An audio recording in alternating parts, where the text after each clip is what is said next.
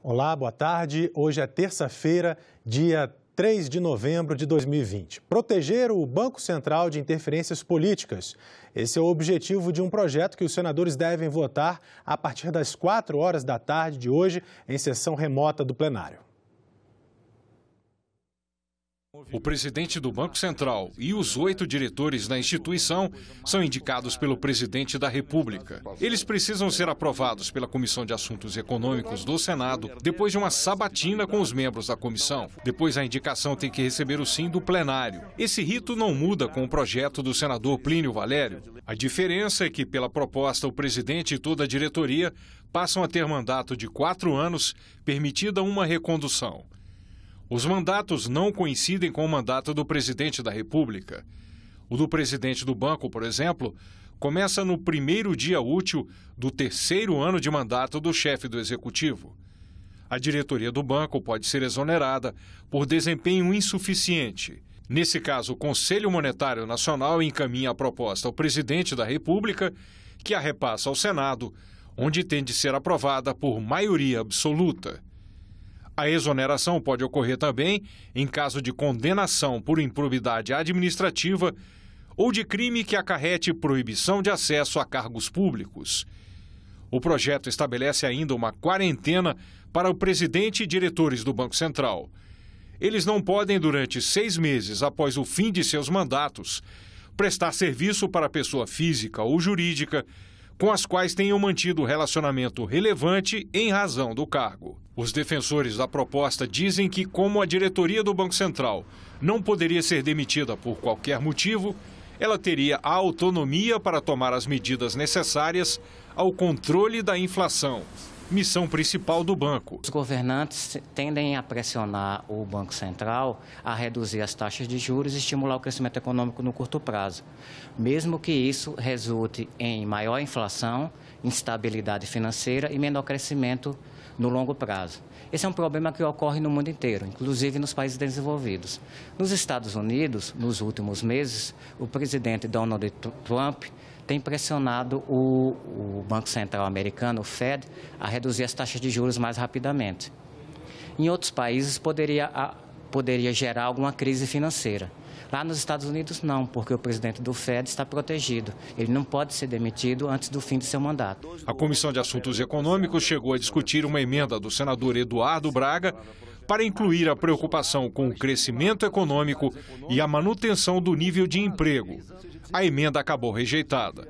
Mas outra emenda do senador Tasso Gereissati foi aprovada.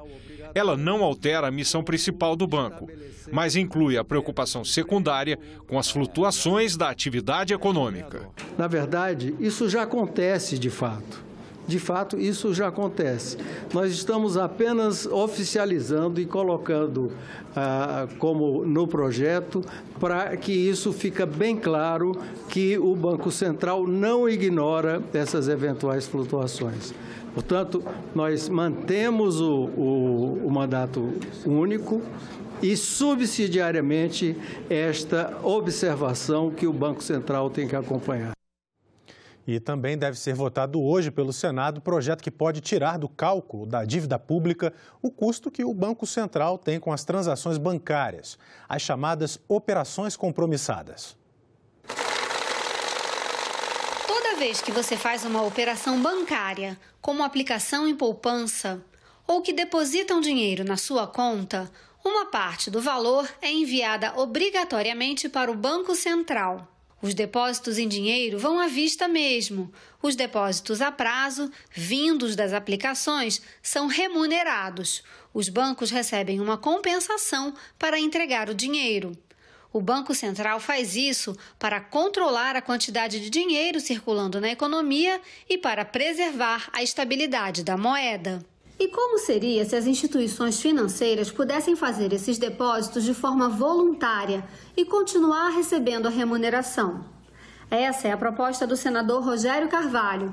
Ele acredita que isso reduziria o uso de outra ferramenta de controle da moeda, as operações compromissadas, onde o Banco Central vende títulos de crédito para o sistema financeiro com a promessa de comprar esses títulos de volta no futuro, pagando os juros. E qual o benefício dessa proposta para o país? A ideia é evitar que essas operações continuem a elevar a dívida pública. O Banco Central usa títulos do Tesouro Nacional para fazer essas transações e a emissão deles entra como uma grande parcela no total da dívida.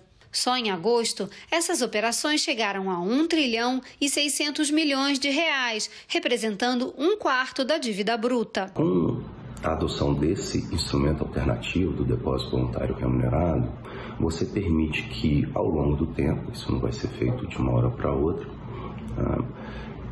a utilização de compromissadas seja substituída pelos depósitos remunerados e, com isso, você consegue ir reduzindo essa distorção do endividamento bruto. Nos últimos anos, a dívida pública brasileira tem crescido muito rapidamente em função das operações compromissadas. Para evitar a emissão de título e o crescimento da dívida, nós apresentamos o projeto de lei 3877, que propõe, ao invés de emitir título e aumentar a dívida pública, remunerar os depósitos voluntários. Com isso, a gente cria um espaço fiscal para que seja possível fazer investimento, gerar emprego, renda, melhorar o cenário econômico do país. E o projeto do senador Rogério Carvalho já tem parecer favorável da relatora, a senadora Cátia Abreu. O projeto que determina a realização de licitação para a escolha das empresas de transporte coletivo rodoviário de passageiros também está na pauta da sessão de hoje do Senado. A proposta muda a atual regra que exige apenas a autorização do governo para que as empresas possam operar. As empresas de transporte rodoviário interestadual e internacional de passageiros são escolhidas por autorização do governo desde 2014. A licitação, exigida por uma lei anterior, deixou de ser necessária. Desde então, várias ações no Supremo Tribunal Federal alegam que a mudança seria inconstitucional. Em dezembro do ano passado, o governo atual criou por decreto a Política Federal de Estímulo ao Transporte Rodoviário Interestadual e Internacional. Entre outras medidas, estabeleceu a liberdade de preços, de itinerário e de frequência, e a livre concorrência, sem limites para o número de autorizações. Para o governo, a medida cria oportunidades para novos mercados, além de acabar com monopólios. Para o senador Marcos Rogério, além de ser inconstitucional, a simples autorização prejudica o consumidor. Permite que as empresas decidam as tarifas sem obrigação de cumprir uma frequência mínima em cada linha. Com isso, passageiros de regiões menos rentáveis podem ficar com menos alternativa de transporte, como já está acontecendo em algumas cidades. Sou moradora do entorno do DF, dependo de uma linha de ônibus interestadual para chegar ao trabalho. Antes eram 5 horários para ir e 3 para volta. Hoje são 3 horários para ir e 2 para volta, sendo que os ônibus andam superlotados. O senador Marcos Rogério apresentou um projeto que determina a escolha das empresas por meio de permissão, com licitação obrigatória. Pelo texto, as empresas escolhidas por licitação terão que indicar itinerário, horário e frequência de cada linha, os detalhes técnicos e de segurança da sua frota de ônibus, os terminais, pontos de apoio e paradas que desejam usar. A ANTT, Agência Nacional de Transportes Terrestres, fica obrigada a avaliar a cada 3 meses a demanda de passageiros por trecho e o custo de operação, além de estipular preços máximos para as passagens e os critérios de reajuste. Esse projeto tenta corrigir uma lei inconstitucional. A regra constitucional estabelecida no artigo 175 é a regra da concessão e permissão. Essas duas regras levam em consideração um certame licitatório, um processo de licitação, concorrência, com regras transparentes, claras, favorecendo o Estado brasileiro e, sobretudo, o usuário do transporte coletivo. E amanhã, quarta-feira, deve ser a vez de reunião do Congresso Nacional. Senadores e deputados podem votar vetos do presidente Jair Bolsonaro, incluindo o que suspendeu a prorrogação da desoneração da folha de pagamento das empresas por causa da pandemia do coronavírus. Um dos vetos que está na pauta é o que impede a prorrogação da desoneração da folha de pagamentos. parte do Programa Emergencial de Manutenção de Emprego e Renda, sancionado no começo de julho. De acordo com o texto aprovado pelo Congresso, essa desoneração seria prorrogada até o fim do ano que vem, mas o presidente Jair Bolsonaro vetou esse trecho, mantendo a validade até 31 de dezembro deste ano. O benefício permite que empresas de 17 setores que empregam mais de 6 milhões de pessoas calculem um custo patronal para o INSS com base no percentual do faturamento de 1% a 4,5% da receita bruta. Normalmente, o pagamento tem que ser de 20% sobre os salários dos funcionários. A prorrogação até 2021 torna necessário um corte de até 5 bilhões de reais em despesas orçamentárias para o próximo ano. No último dia 20, o senador Major Olímpio promoveu um manifesto na esplanada dos ministérios com lideranças sindicais pela derrubada do veto. Se mantiver esse veto do presidente, muita gente vai perder o emprego, milhares de empresas não vão aguentar. É a hora de se resolver. O governo já disse que vai topar a desoneração, mas nós já tivemos 6 outras vezes onde o governo disse que topava e depois orientou os seus parlamentares a não darem quórum na sessão. Não podemos brincar com a vida e com a economia para milhões de pessoas. Em sua conta no Twitter, ele argumentou que, caso ele seja mantido, a economia do país vai sofrer. E o presidente do Senado, senador Davi Alcolumbre, recebe daqui a pouco, a partir das 3 horas da tarde, na residência oficial do Senado, uma comitiva de governadores. Eles vêm tratar sobre o Plano Nacional de Vacinação e o Plano Nacional de Imunização em razão da pandemia da Covid-19. A reunião foi pedida pelo coordenador desse Fórum de Governadores, que é o governador do Piauí, governador Wellington Dias.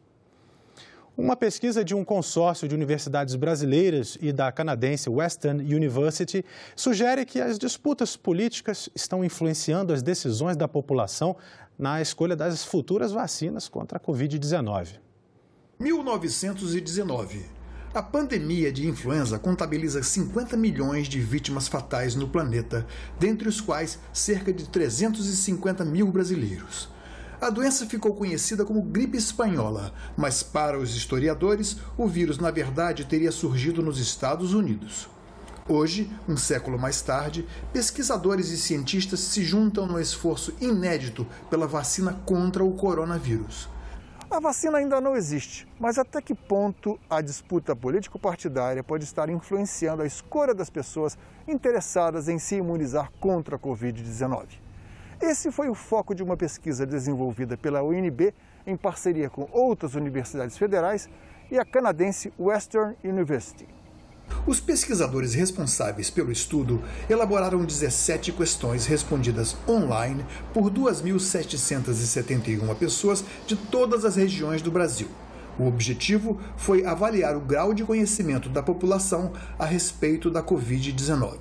Essa pesquisa também estudou sobre a Covid, ou seja, quais são os meios mais utilizados e quais são as fontes em que as pessoas buscam mais informação sobre a Covid. E, além disso, quais são as intenções de vacinação da população. Você tomaria a vacina chinesa? De jeito nenhum. Jamais. Meu irmão, eu sei que o vírus já veio de lá. Quem sabe essa vacina não está vindo junto? A pesquisa sugere que o debate político partidário pode influenciar não apenas a escolha da futura vacina, mas a própria intenção de tomá-la. De acordo com os dados, 78% dos brasileiros ouvidos têm muita chance de se vacinar, enquanto 22% têm pouca ou nenhuma chance de se vacinar. Dentre os que apoiam o governo, apenas 27% tomariam a vacina caso seja produzida na China. Já entre os que são contra, 54% tomariam. Numa pandemia, às vezes pequenos grupos, pouco informados, podem colocar em risco o avanço conquistado pela grande maioria da sociedade que aderiu a protocolos de saúde e segurança. A chinesa, para mim, já veio a doença de lá. Por que eu vou tomar ela? Não é isso?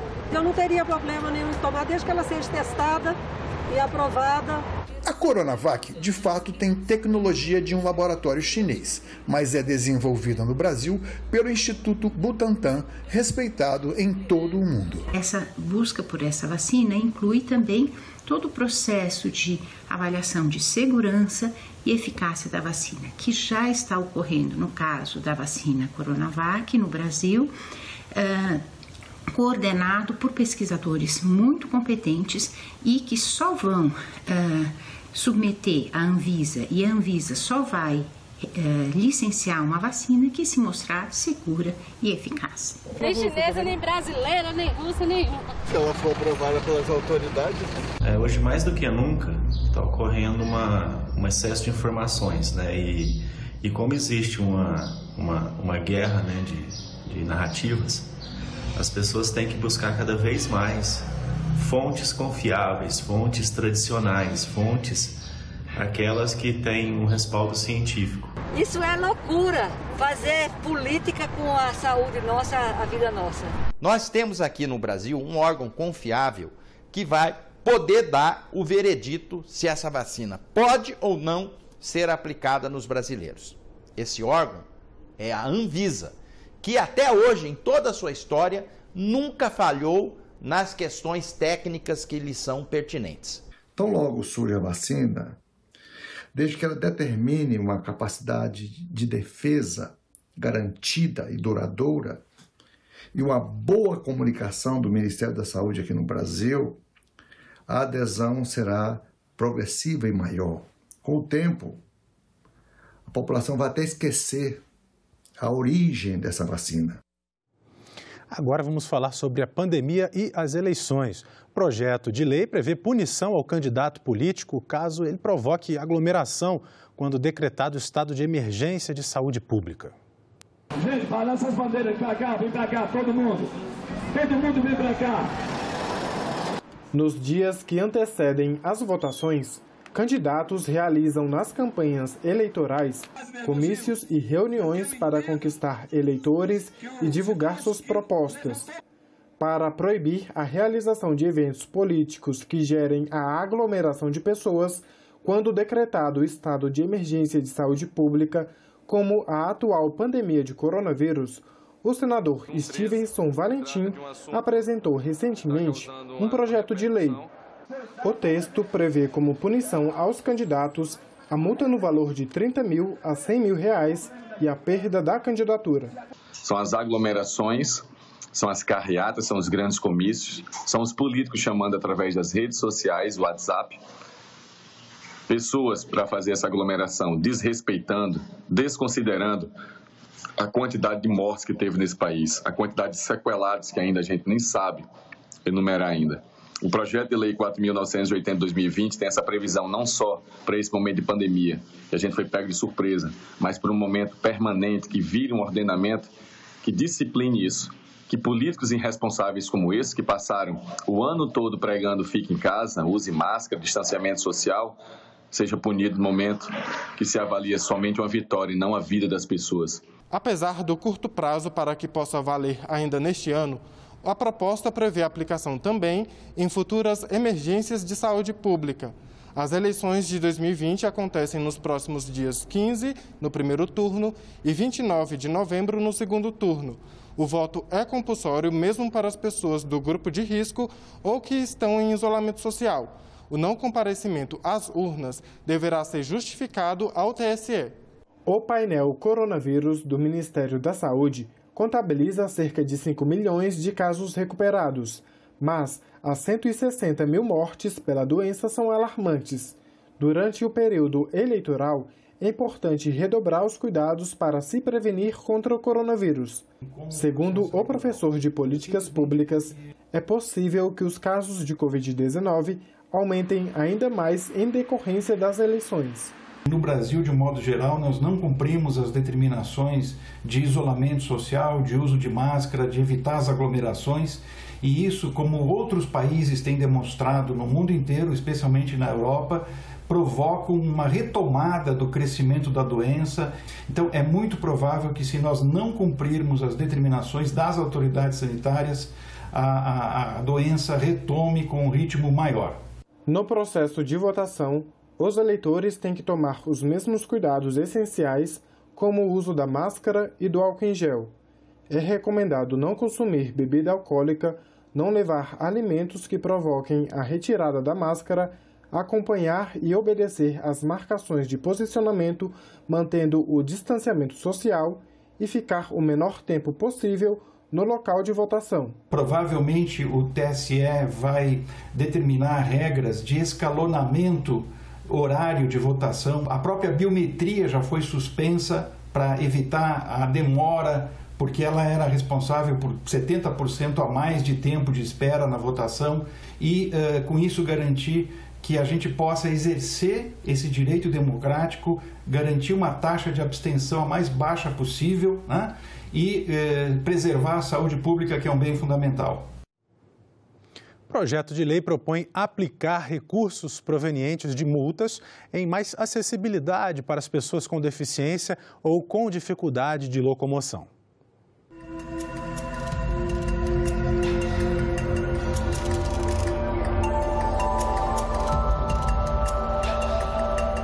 Cerca de 12 milhões de brasileiros, ou 6,2% da população do país, possuem algum quadro de deficiência, seja mental ou intelectual, física, auditiva e ou visual.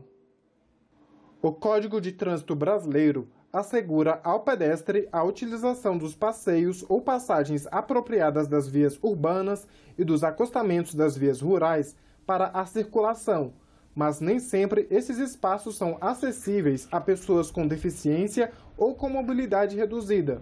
As nossas calçadas, as vias para que haja tráfego de pessoas com deficiência ou com mobilidade reduzida, elas são muito precárias no Brasil, em todas as cidades, umas melhores, outras não, mas a grande maioria é muito carente dessa melhoria de acessibilidade. O projeto de lei apresentado pelo senador Diego Tavares destina, no mínimo, 10% dos recursos arrecadados com as cobranças de multas de trânsito para a elaboração e execução de planejamentos relacionados à adaptação de vias e passeios já existentes às normas técnicas de acessibilidade. No texto, o senador alega que é notório que os estados e municípios carecem de recursos para a readequação das vias, o que os leva a deixar a acessibilidade em segundo plano, em decorrência da falta de verbas. Nós descobrimos que nos principais corredores das principais cidades do país existe uma deficiência muito grande de rampas de acessibilidade para pessoas com deficiência física, de semáforos voltados para as pessoas com deficiência auditiva, de sinalização nas calçadas para as pessoas com deficiência visual, entre outros tipos de deficiência e outros tipos de necessidades de infraestrutura. Então, antes de apresentar o projeto, junto com a equipe do gabinete, nós procuramos descobrir onde poderíamos buscar recursos e foi quando surgiu a ideia que poderia vir da arrecadação das multas de trânsito. A proposta acrescenta a segurança e a acessibilidade para pessoas com deficiência no Código de Trânsito Brasileiro, que já determina que os recursos provenientes de multas sejam aplicados em sinalização, engenharia de tráfego, de campo, policiamento, fiscalização e educação de trânsito. A proposta que visa uma inclusão e utilização de recursos advindos de multa de trânsito para a criação e execução de projetos que intencionam trazer maior acessibilidade dos cidadãos às vias públicas, principalmente aos brasileiros com deficiência, transmite a procura criativa do Senado Federal, do Legislativo, em encontrar soluções nos modelos já existentes, sem a necessidade de onerar ainda mais o cidadão com criação de impostos, aumento da pecúnia imposta em sanções de multa, enfim. E nós ficamos por aqui. Você pode rever as reportagens desta edição lá na nossa página na internet. Acesse senado.leg.br/tv. Muito obrigado pela sua companhia e até a próxima.